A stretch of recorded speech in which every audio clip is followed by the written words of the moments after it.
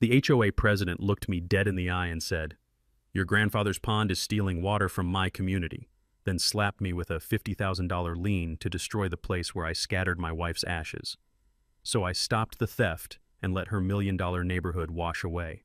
Right now I'm standing in what used to be Cordelia Blackstone's perfectly manicured front yard, watching her wade through waist-deep floodwater in a $2,000 business suit, screaming at Channel 9 News while her white Tesla Model S drifts past her mailbox like the world's most expensive bathtub toy.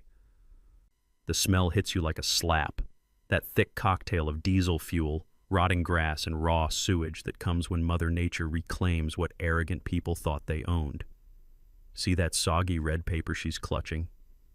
That's the final notice she filed against my home 2 days ago. 50 grand, due immediately, or lose the property my family has owned since 1962, all because I wouldn't drain the natural spring pond that's been preventing exactly this flood for 60 years. Turns out when you mess with a grieving widower's sacred ground to spite your neighbors, physics doesn't give a damn about your HOA bylaws. What would you do if some power-drunk Karen tried to steal your family land and desecrate your spouse's final resting place over water your grandfather legally owned before she was even born? Tell me in the comments where you're watching from. I guarantee your HOA stories will make this look like a warm-up. My name's Marcus Rodriguez, but everyone calls me Tank, a nickname from my 25 years designing flood control systems with the Army Corps of Engineers. At 52, I figured I'd seen every kind of bureaucratic warfare the world could throw at me. Turns out, I hadn't met Cordelia Blackstone yet.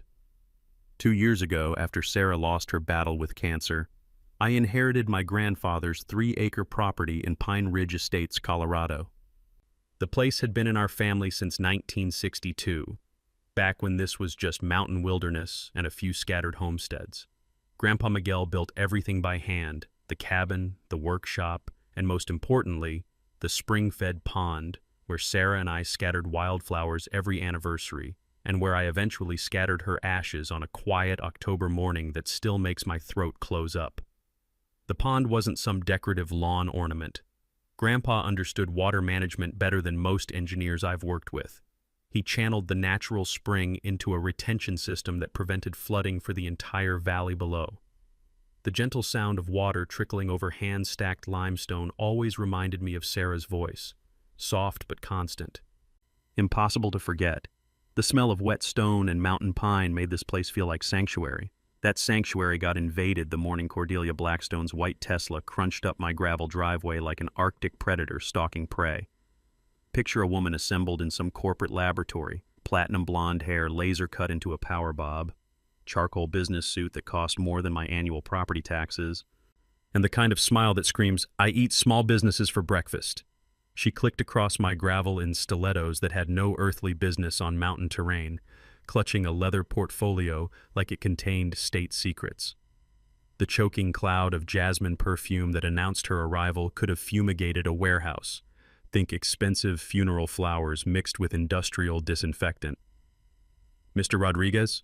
She extended a hand that felt like shaking a mannequin's wrist. "Cordelia Blackstone, Pine Ridge Estates HOA president. We have a serious problem with your unauthorized water hoarding."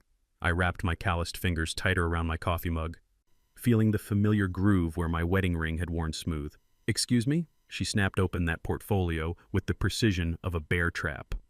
"This pond violates water management regulations implemented 6 months ago, while you were indisposed." The way she pronounced indisposed, like Sarah's death was some minor inconvenience, made my molars grind. "My grandfather built this pond in 1962, I said, keeping my engineers calm. 60 years before your regulations existed.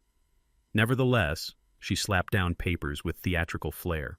All existing water features must comply with current community standards. You have 30 days to eliminate this. Installation. Here's where her plan got diabolical. See, while I'd been arranging Sarah's memorial service, Cordelia's husband Bradley, a city councilman who looked like he'd been extruded from a generic politician mold, had rammed through new HOA water regulations during an emergency session with zero community input. Every other pre-existing structure got grandfather clause protection. Every single one, except mine. The paperwork told the real story. Cordelia wasn't some concerned neighbor worried about community aesthetics. She was a predator. Her real estate business specialized in buying distressed properties from harassed homeowners, then flipping them to developers. My 3 acres, with natural water rights and elevated positioning, were the crown jewel that would unlock her $1 million luxury condo project. As evening shadows stretched across Sarah's pond, I watched the sunset paint ripples gold and crimson, the same colors that used to dance in her hair. I could practically hear her voice cutting through the mountain silence. "Tank, honey, you've never backed down from a fight when innocent people needed protecting." She was right. I'd spent 25 years outmaneuvering bureaucrats who thought engineering was just suggestion. Time to remind these people that water always finds the path of least resistance, and right now, that path led straight through their schemes. 3 days after Cordelia's ultimatum, she returned with backup that looked like amateur hour at Fraud Academy. Her pristine Tesla was followed by a beat-up Honda Civic held together with duct tape and delusion. Out stepped a skinny kid in an ill-fitting polo shirt clutching a clipboard like it contained nuclear launch codes. "Mr. Rodriguez, meet Derek Blackstone, our certified water usage inspector," Cordelia announced, flashing that razor-blade smile. The kid couldn't have been older than 25, and sporting nervous eyes and the kind of patchy facial hair that suggested testosterone, was still debating whether to show up for work. I crossed my arms, already detecting more bullshit than a cattle ranch in August. "Certified by who exactly?" "The Colorado Water Management Bureau," Derek squeaked, fumbling with laminated credentials that looked fresher than gas station sushi. Now, I'd worked alongside real federal water inspectors from the Rockies to the Gulf Coast. They roll up in government vehicles with official plates, carry equipment worth more than Derek's entire car, and definitely don't share Christmas dinner with the complainant. This kid's certification had more red flags than a Soviet parade. "Mind if I call the bureau to verify that number?" I asked, pulling out my phone with the casual confidence of someone who'd caught bureaucrats lying since Derek was in diapers. The color drained from his face faster than water through a busted dam. That's really not necessary. This is just preliminary." What followed was 60 minutes of comedy gold. Derek photographed my pond from every conceivable angle like he was documenting a crime scene, scribbled notes that would embarrass a kindergartner, and measured water depth with what was obviously a Home Depot yardstick. The stench of bargain basement fake leather from his briefcase mixed with clean mountain air like cheap cologne at a funeral home. My grandfather's voice echoed in my memory.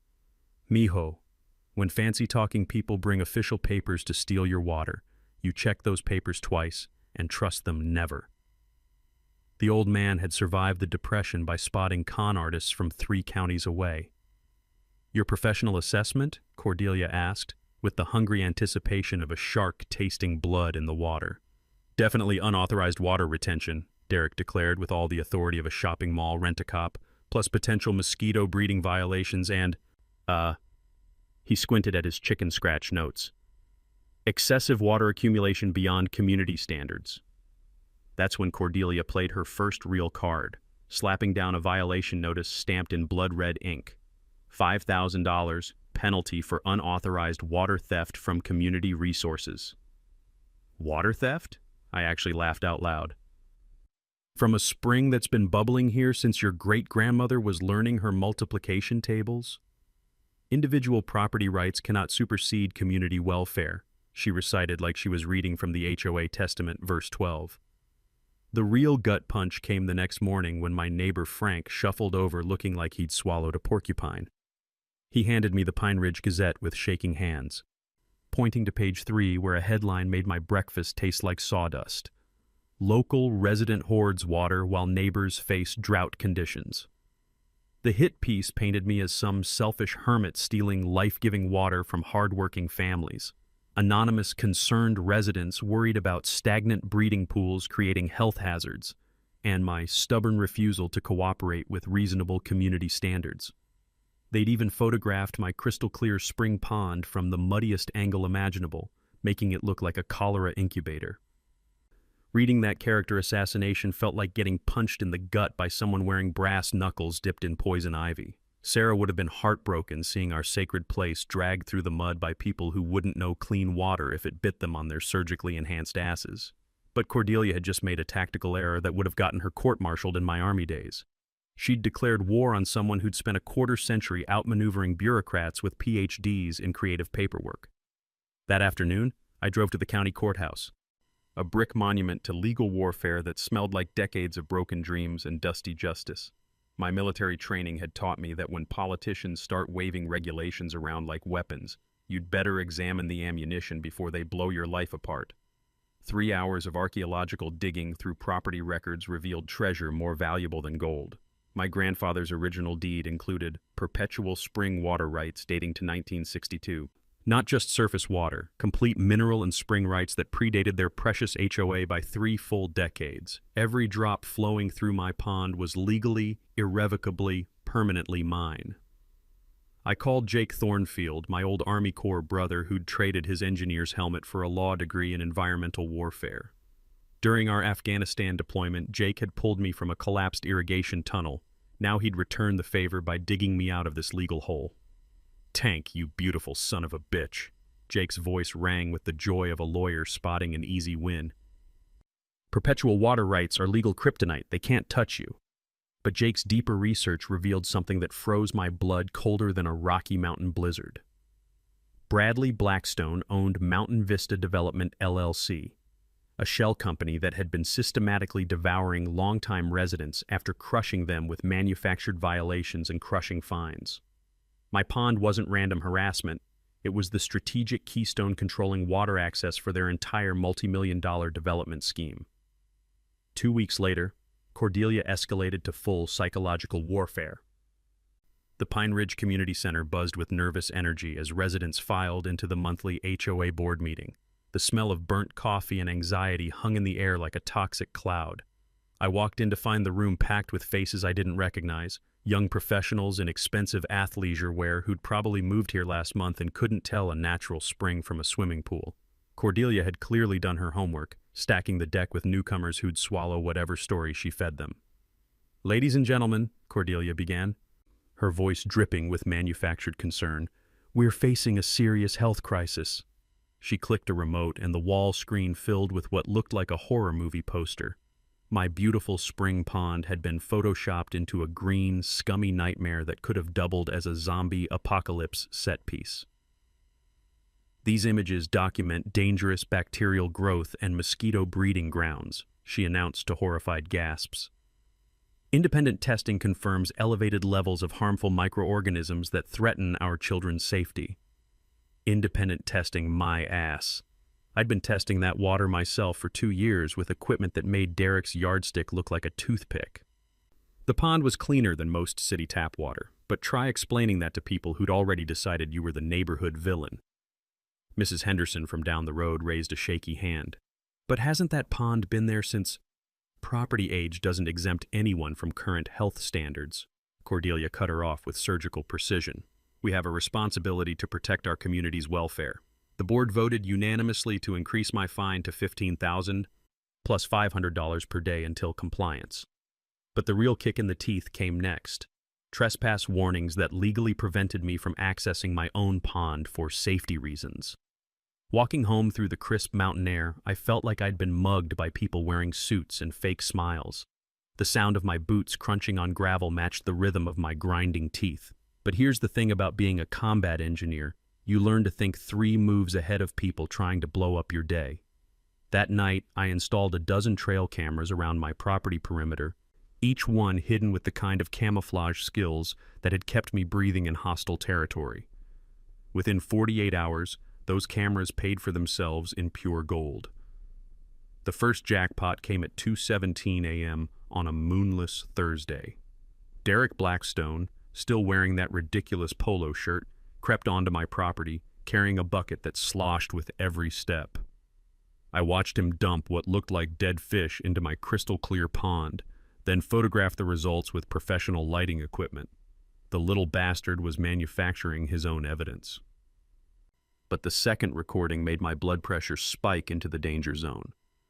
At 3:45 a.m. the same night, Bradley Blackstone himself skulked around my property boundaries with 2 men in hard hats, pointing at survey stakes and discussing foundation requirements and water access easements.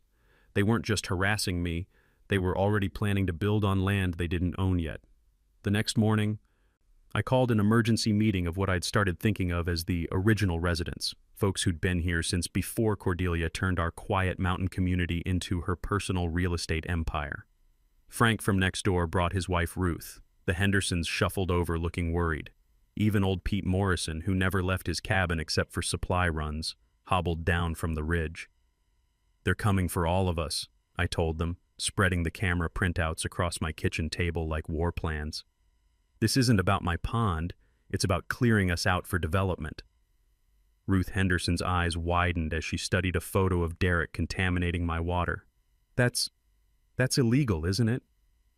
Fraud, trespassing, evidence tampering, conspiracy, I ticked off charges on my fingers. Plus whatever federal crimes come with messing with protected water sources. That's when Pete spoke up in his gravelly voice. "You know, Tank, my property's been getting some interesting attention lately, too.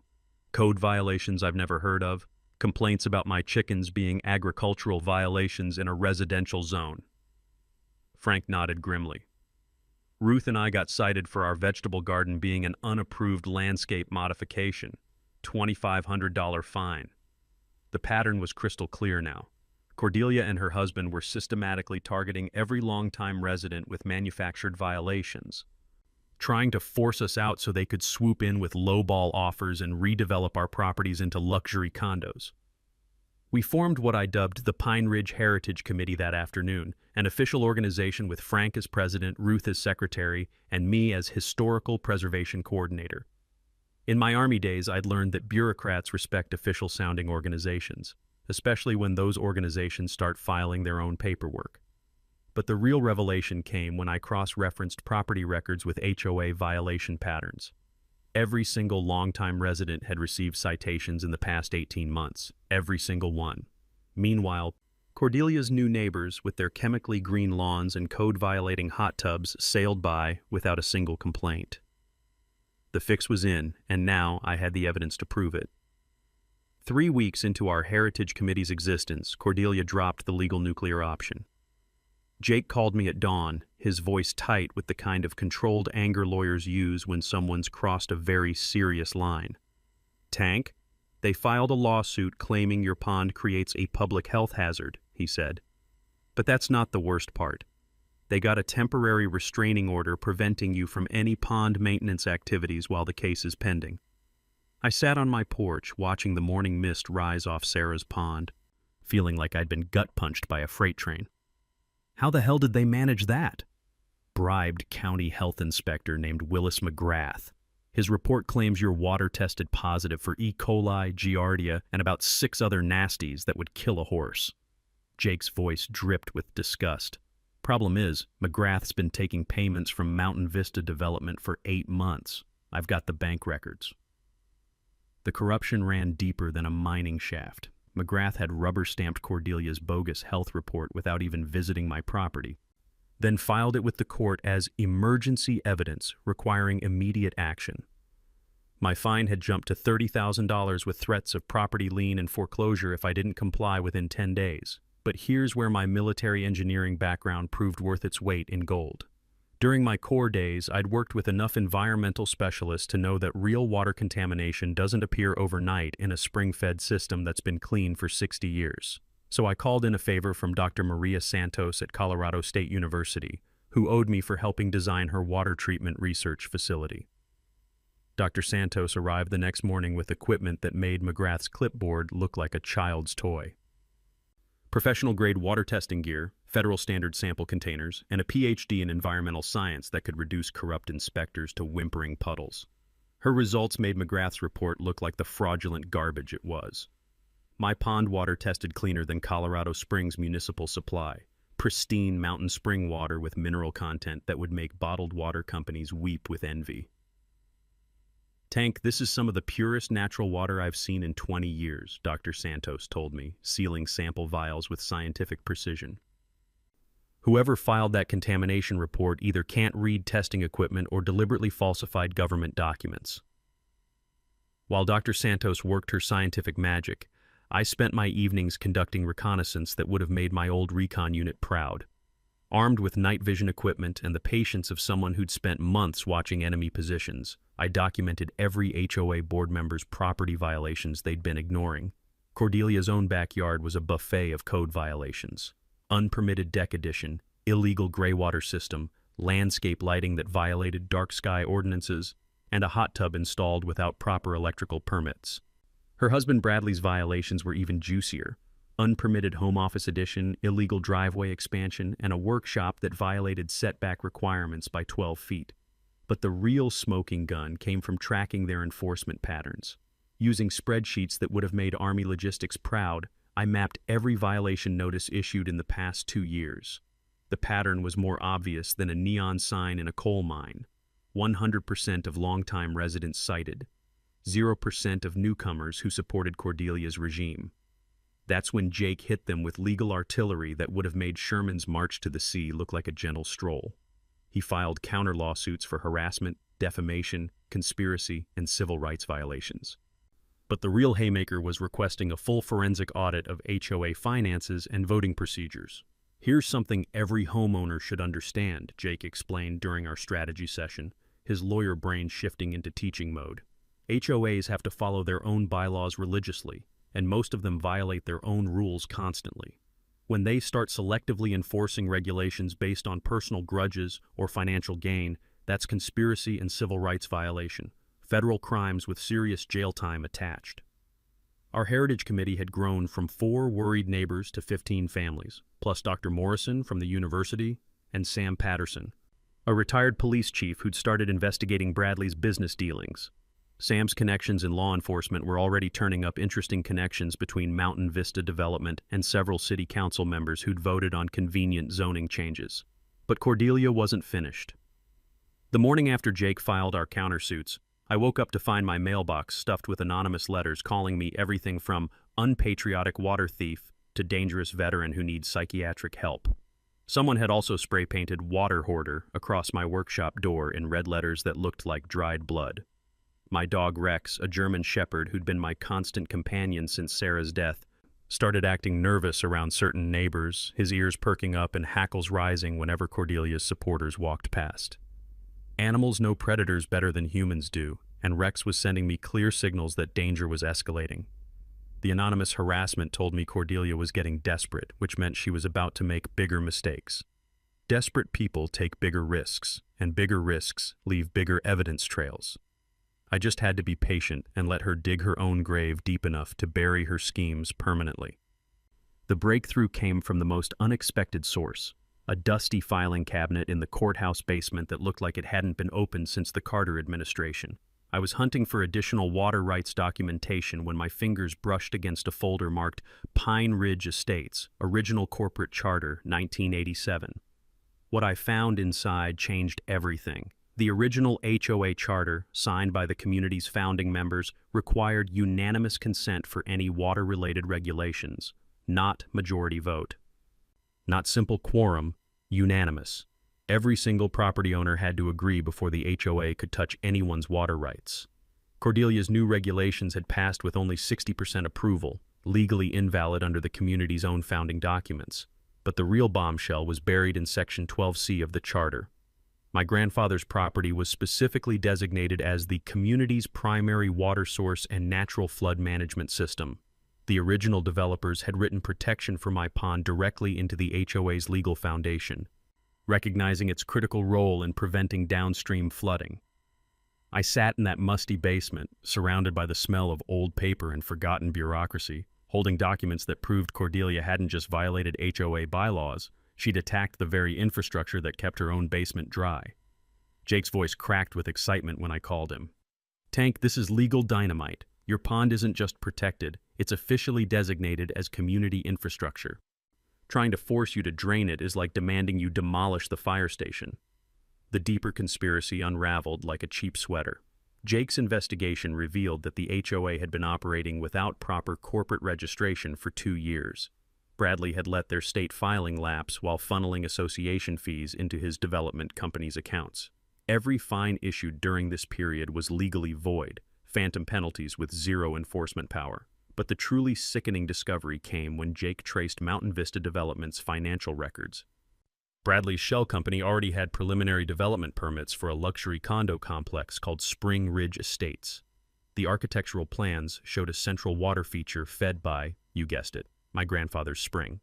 They weren't just trying to steal my land. They planned to drain my pond, destroy the natural flood control system, and use my water as the centerpiece for their million-dollar development.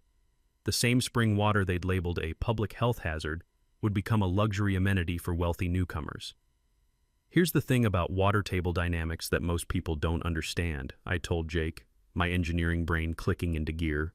Remove that pond. And half the basements in Pine Ridge flood every spring thaw. Basic hydrology they should have learned in high school. Water always seeks the lowest level, and without natural retention, it takes the path of least resistance straight through foundation walls. The environmental impact study buried in Mountain Vista's permit application confirmed my worst fears. Their hydrologist had noted potential seasonal flooding issues but recommended solving them with expensive storm drain systems and basement waterproofing, costs that would be passed on to existing homeowners through special assessments. They'd manufactured a crisis to steal my pond, then planned to charge my neighbors thousands to fix the flooding problems they'd created. The moral clarity hit me like a mountain avalanche.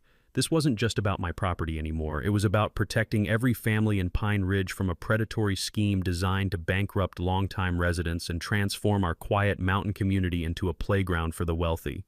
My pond wasn't hoarding water from the community. It was protecting the community from floods, foundation damage, and financial ruin. The real criminals were sitting in the HOA boardroom, wearing expensive suits and fake smiles while planning to destroy the natural systems that kept our neighborhood safe. As I walked home through the evening shadows, watching the sunset paint Sarah's pond in shades of gold and crimson, I felt her presence stronger than I had since her funeral. She'd always believed in fighting for people who couldn't fight for themselves. Time to show Cordelia and Bradley what happened when they declared war on someone with nothing left to lose and everything worth protecting. The war room convened in my kitchen on a crisp October morning that smelled like coffee, determination, and impending justice. My team assembled around the old oak table Sarah had inherited from her grandmother, 5 people who'd become my legal and tactical strike force. Jake Thornfield sat across from me, his environmental law expertise sharp as a combat knife. Dr. Evelyn Morrison, the retired geology professor who'd tested my water, spread topographical maps across the table with the precision of a battlefield strategist. Sam Bulldog Patterson, our retired police chief, brought 3 decades of experience hunting white-collar criminals who thought badges were just shiny decorations. Maria Santos, the investigative journalist whose water rights series had won state awards, recorded everything with the hungry efficiency of someone who smelled a Pulitzer Prize. And then there was me, a pissed-off widower with 25 years of military engineering and a burning desire to watch corrupt bureaucrats face consequences for their actions. We hit them on 3 fronts simultaneously, I announced, spreading Jake's legal documents like artillery targeting maps.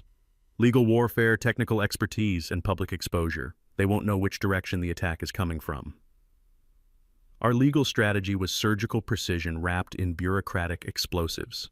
Jake had filed an emergency injunction to stop all HOA enforcement while the charter violation investigation proceeded. His lawsuit demanded full financial auditing of every HOA transaction since Bradley's shell company started operating. We'd also requested federal intervention under environmental protection laws, since my pond qualified as protected wetlands under the Clean Water Act. Property law is like chess, Jake explained, channeling the patient teaching voice he'd used during our Army days. You establish your position with ironclad documentation, control the center with legal precedent, then checkmate with evidence they can't deny. Tank's perpetual water rights are our queen, untouchable and able to move in any direction we need. Dr. Morrison's environmental impact study would prove that my pond prevented ecological disaster. Her comprehensive analysis documented how the natural spring system managed storm runoff, prevented erosion, maintained groundwater levels, and supported wildlife habitat that had existed since before European settlement. Destroying it would violate multiple federal environmental protection statutes. Environmental science doesn't lie, she said, adjusting wire-rimmed glasses over eyes that had seen 40 years of corporate environmental destruction.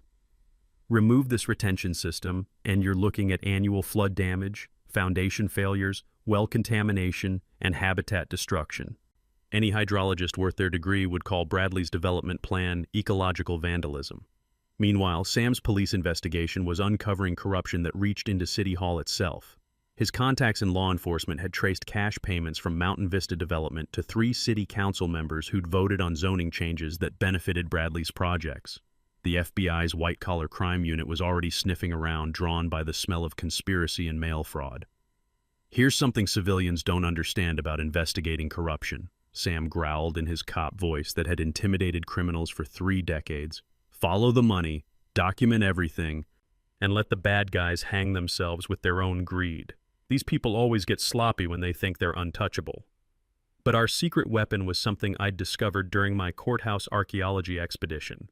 The original Army Corps of Engineers survey from 1981, a survey I'd worked on as a young lieutenant fresh out of engineering school, classified my pond as part of the federal flood control system for the entire Arkansas River watershed.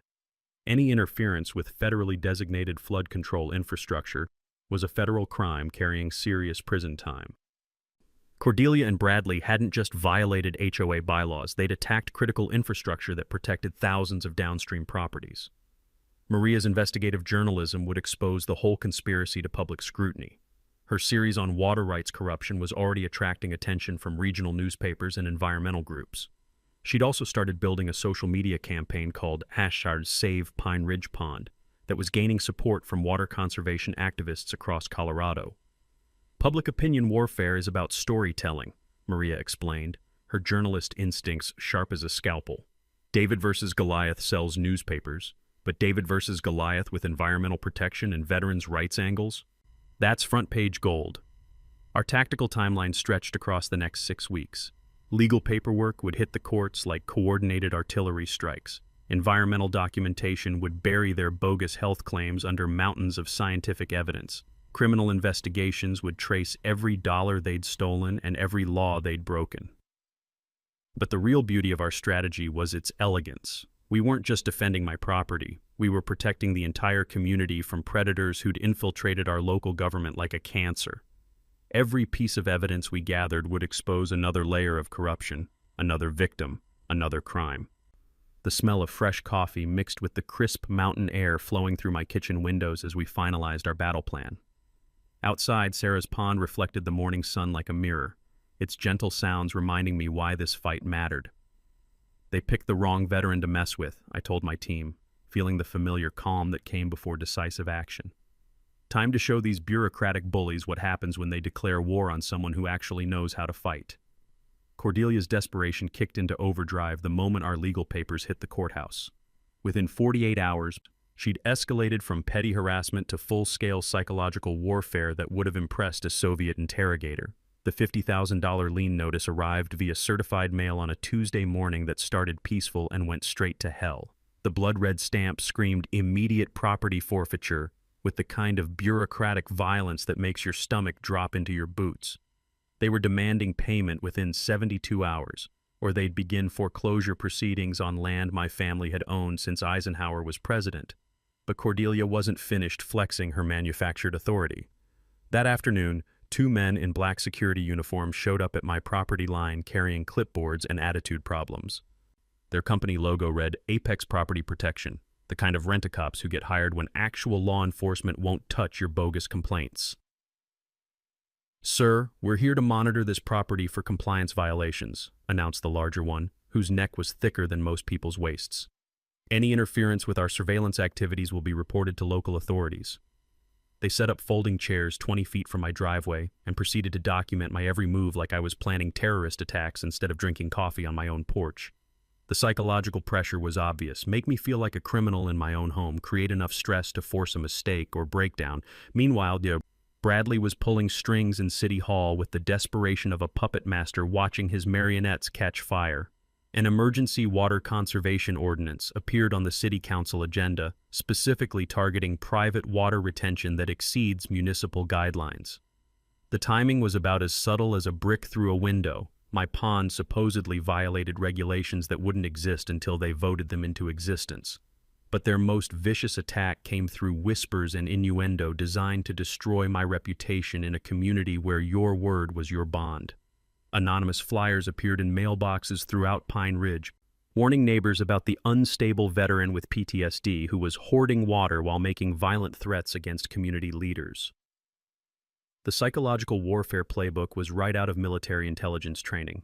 Isolate the target, destroy their support network, create enough social pressure to force capitulation. Someone had done their homework on breaking people's will to fight.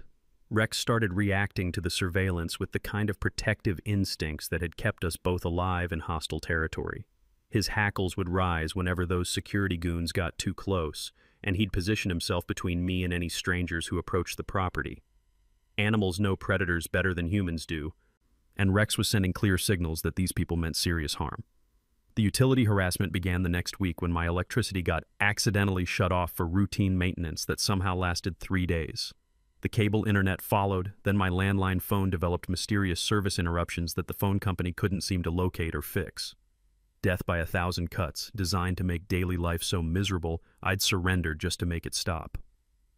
But here's where they underestimated someone who'd survived military bureaucracy and combat deployments. I'd been documenting everything with the obsessive precision of someone who understood that evidence wins wars. Trail cameras captured the security guards trespassing on my property. Digital recordings preserved every threatening phone call. Screenshots saved every anonymous social media attack. Meanwhile, my team was working with surgical precision to dismantle their operation from the inside. Jake's legal motions had frozen all HOA enforcement activities pending investigation. Dr. Morrison's environmental report was gaining support from university colleagues across 3 states. Sam's criminal investigation had attracted federal attention when bank records showed Mountain Vista Development receiving suspicious cash deposits from offshore accounts. The real breakthrough came when Maria's journalism investigation uncovered Bradley's previous operations in Wyoming and Utah. Turns out this wasn't his first rodeo. He'd been running the same development scam in mountain communities for nearly a decade, always targeting longtime residents with water rights or valuable land positions. This is their standard playbook, Maria explained during one of our evening strategy sessions. Move into a community, get someone elected to local government, manufacture regulatory crises to force property sales, then flip the land to developers for massive profits. They've probably stolen millions of dollars worth of property from families who didn't know how to fight back. But I wasn't some scared retiree who'd roll over for bureaucratic bullies. Every pressure tactic they used just strengthened my resolve to expose their corruption and protect other families from the same predatory schemes. As October shadows lengthened across Sarah's pond, I prepared for the final phase of our counterattack. They'd shown their hand, revealed their desperation, and made enough mistakes to bury them in their own corruption. Time to show these parasites what happened when they picked a fight with someone who'd learned warfare from people who wrote the manual. The final provocation came on a gray November morning that tasted like winter and smelled like desperation. I was drinking coffee on my porch when Sheriff's Deputy Martinez pulled up my driveway, followed by Cordelia's Tesla and 3 industrial pump trucks that rumbled like mechanical dinosaurs. Deputy Martinez looked uncomfortable as hell, clutching court papers with the reluctance of someone forced to enforce orders he didn't believe in. "Mr. Rodriguez, I've got an emergency health order for immediate pond drainage. Claims of imminent public safety threat requiring immediate remediation." Behind him, Cordelia practically vibrated with vindictive satisfaction, flanked by pump truck operators who clearly got paid by the gallon to destroy things. She'd found a corrupt judge, probably one of Bradley's golf buddies, willing to sign an emergency order based on fabricated evidence and manufactured urgency. Emergency? I kept my voice level despite the rage building in my chest like steam in a pressure cooker. Based on what evidence? Says here bacterial contamination poses immediate threat to groundwater and community health, Martinez read reluctantly. Order requires immediate compliance with court supervision. The pump trucks were already positioning themselves like siege engines preparing to drain the life from my grandfather's legacy. Their diesel engines belched black smoke that mixed with the clean mountain air like a middle finger to everything sacred and pure.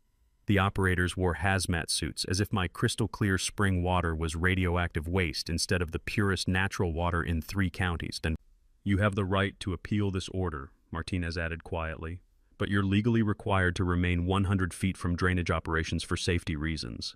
Safety. Right. They were keeping me far enough away that I couldn't interfere with their destruction or document their evidence tampering.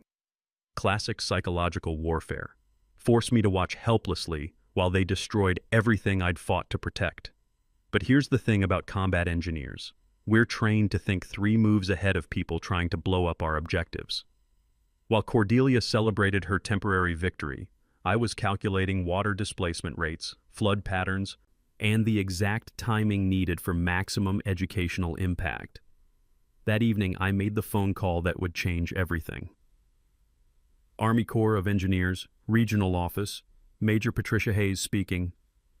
Major, this is Lieutenant Colonel Marcus Rodriguez, retired.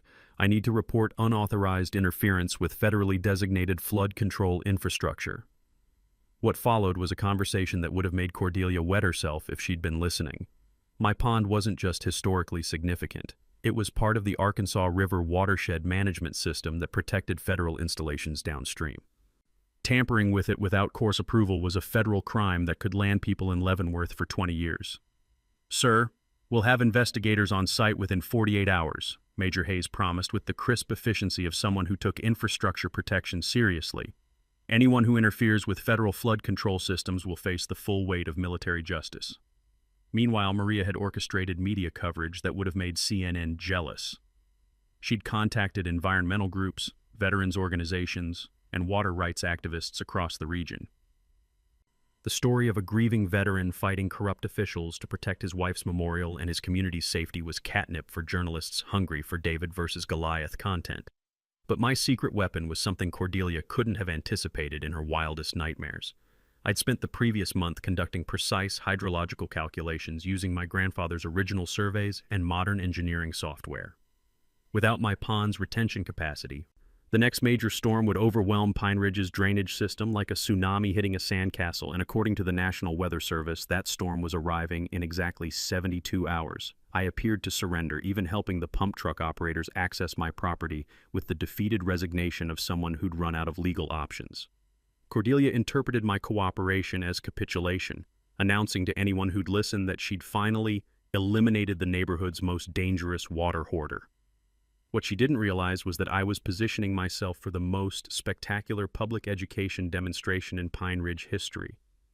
As the pumps drained 60 years of accumulated spring water, I documented every gallon with scientific precision, flow rates, displacement calculations, and most importantly, real-time measurements of rising groundwater pressure in the surrounding areas.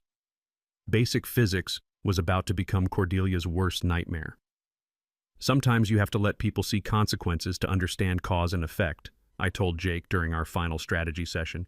Cordelia wants to drain my pond? Fine. Let's give her exactly what she's asking for and see how she likes the results. The weather forecast showed a massive Pacific storm system approaching Colorado with enough rainfall to test every drainage system in the state. Without my pond's retention capacity, Pine Ridge would discover why my grandfather had built flood control into the natural landscape. Mother Nature was about to deliver a physics lesson that would make headlines across the state and send certain corrupt officials straight to federal prison. The town hall meeting that would expose everything was scheduled for 7 p.m. on November 15th, exactly 3 hours before the National Weather Service predicted the storm of the decade would hit Pine Ridge. The timing wasn't coincidental. I'd been watching weather patterns with the obsessive precision of someone whose life depended on understanding when nature would demonstrate basic hydrology to people who'd ignored it. The community center buzzed with nervous energy as residents packed every available seat. TV cameras from 3 Denver stations lined the back wall, drawn by Maria's media blitz about water rights corruption in a Colorado mountain community. The smell of fear mixed with burnt coffee and the ozone scent of approaching storms. Cordelia sat at the head table wearing a designer suit that probably cost more than most people's monthly mortgage, radiating the smug confidence of someone who thought she'd already won.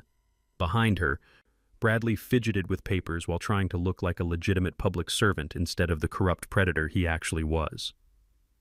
I walked to the podium carrying a single manila folder and wearing the same calm expression I'd perfected during decades of military briefings.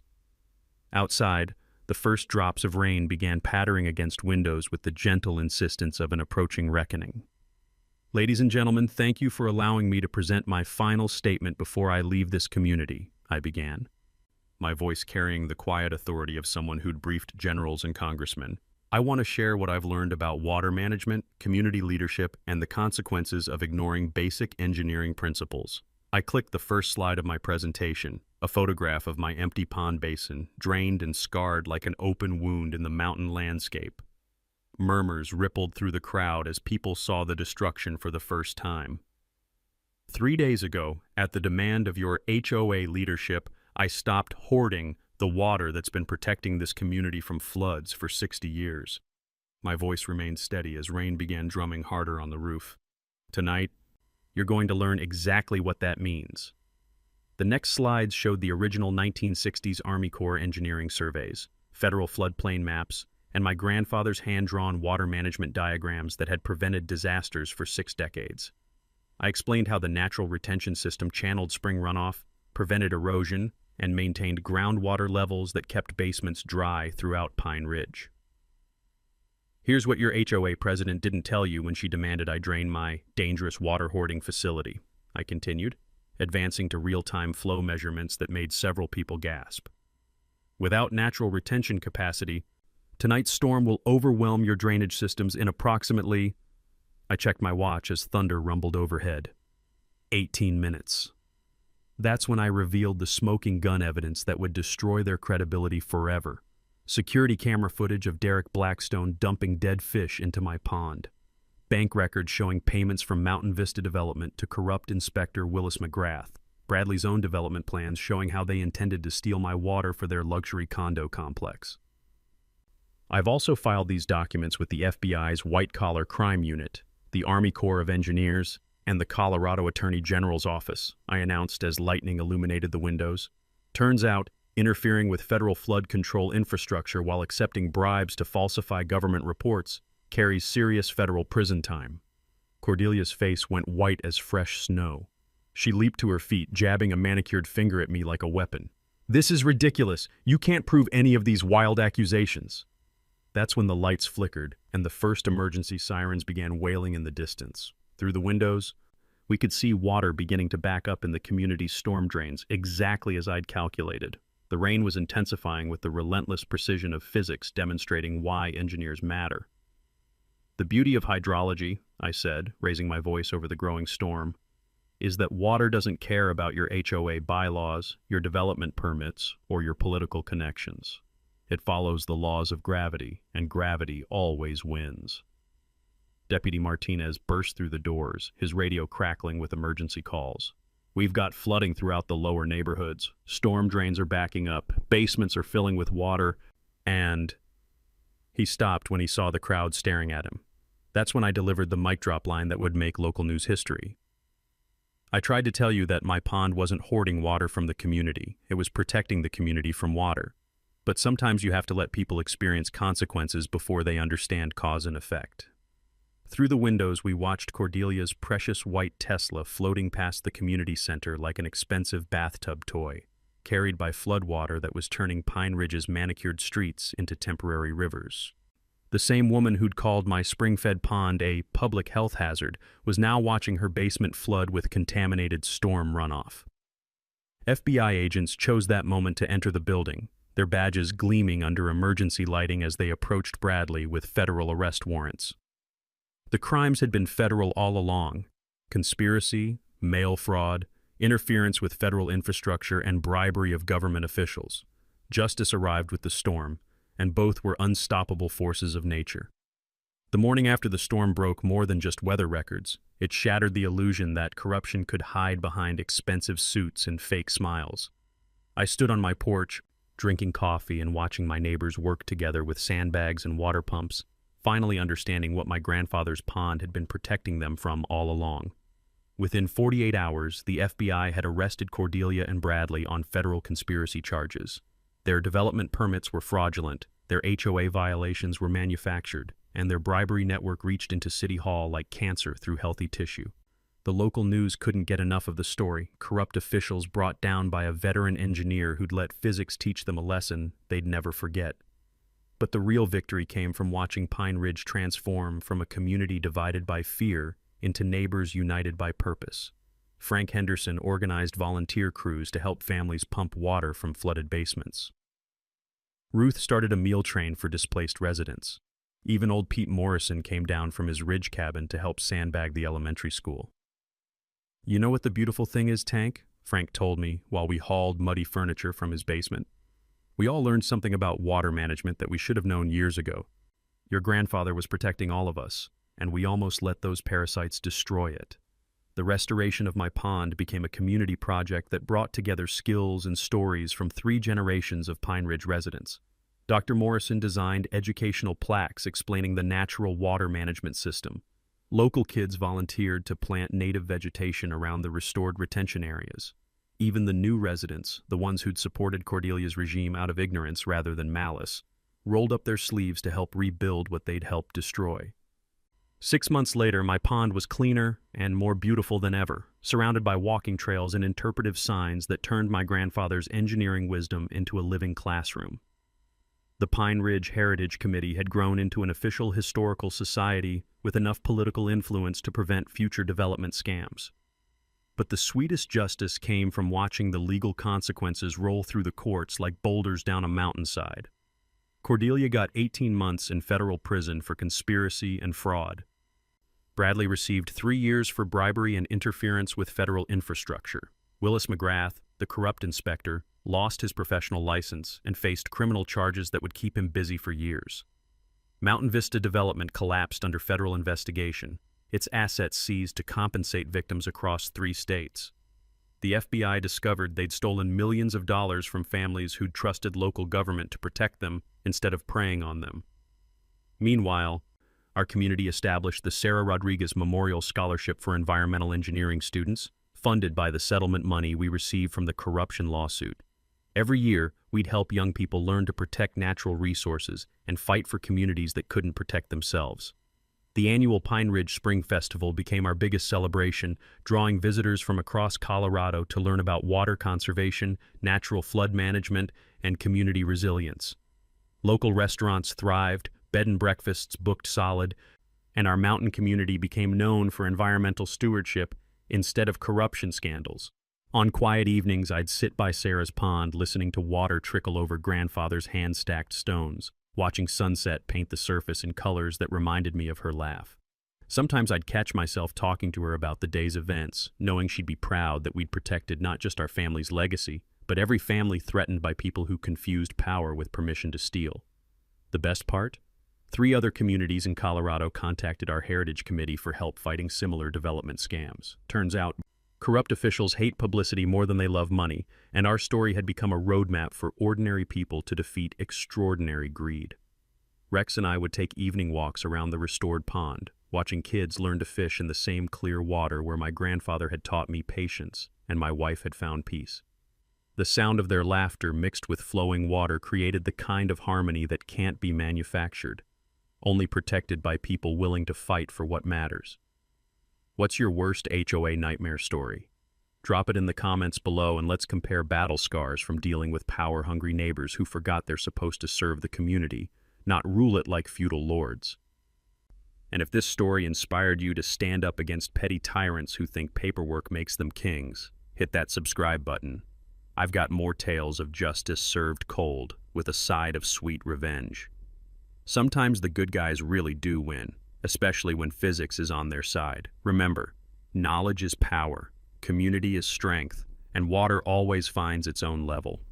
Together, we can stand up to anyone who tries to crush the little guy.